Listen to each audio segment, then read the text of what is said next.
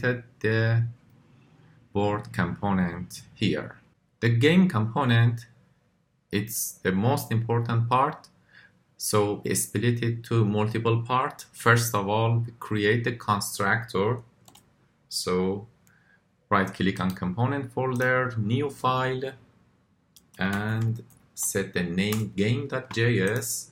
Here we want to create React class-based component, press tab, and here we need to create constructor which accept probs, and the first function is super probs because we need to call super probs inside each component that inherit from react.component.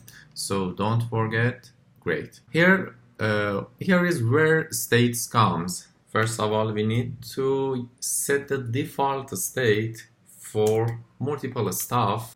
The first one is x is next, which is a flag that determines is it x time or o time to go as a player.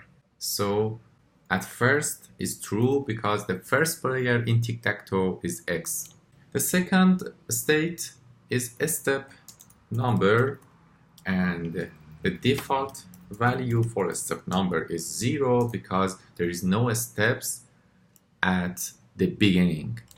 And the most important one is history, which save the history of steps in the game.